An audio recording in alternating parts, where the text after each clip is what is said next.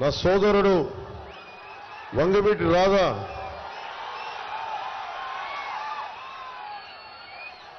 ఏమో ఈ మధ్యన పాలిటిక్స్ మీద కన్నెర చేశాడు. ఈ మధ్యన అలిగాడు. ఈ మధ్యన పాలిటిక్స్ మీద, రాజకీయాల మీద అలిగిన వ్యక్తిని ఫస్ట్ టైం నేను ఈయన చూస్తా ఉన్నా. ఎన్నిసార్లు గడ్డం పట్టుకుని రానమ్మ రామ్మ అంటే ఎండే మాట. నా పార్టీలో కొద్ది కనీసం ఉండు, విజయవాడ ప్రజలకి అవసరం, నాన్నగారి వారసత్వాన్ని ముందుకు తీసుకెళ్ళాలి, అది చాలా చాలా అవసరం. అండగా నిలబడ్డ వ్యక్తి. సరే, ఏ పరిస్థితులు అయితే ఫైనల్గా మొత్తం జూలు దులుపుకొని బయటకు వచ్చాడు. ఈ రోజున దాక్కుని ఉన్నాడు కింద వ్యాన్లో, వారాయి కింద. లాభం లేదు, నువ్వు బయటికి రావాల్సిందే, నువ్వు విజయవాడ ప్రజలకి నీ ముఖ వచ్చేసి చూపించాల్సిందే అంటే బయటికి పట్టుకుని లాక్కొచ్చాం. వారికి సోదరుడు వంగవీటి రాధా గారికి నా హృదయపూర్వక నమస్కారాలు.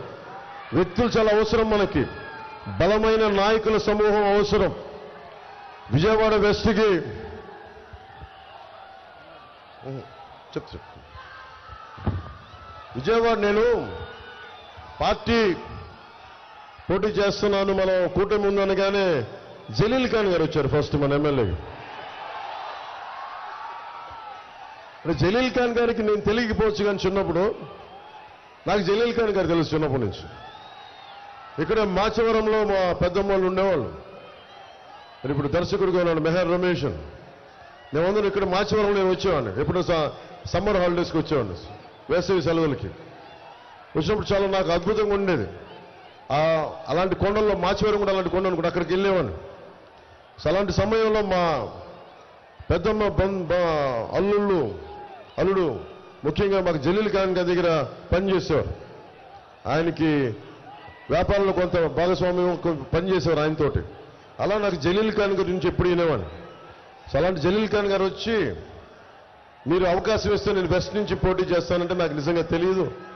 కూటమి అన్ని కూర్చొని పెద్దలందరూ కూర్చొని మాట్లాడాలి.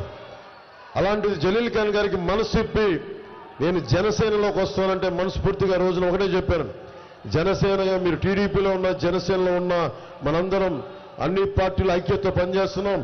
నిజంగా మీ భవిష్యత్తుని మేము అండగా చూసుకుంటాం, మీకు అండగా ఉంటామని ఆ రోజు మనసిప్పి ఈరోజు మద్దతు తెలుపుతున్నందుకు ముఖ్యంగా మొట్టమొదటిగా జలీల్ ఖాన్ గారికి నా హృదయపూర్వక నమస్కారాలు, హృదయపూర్వక ధన్యవాదాలు.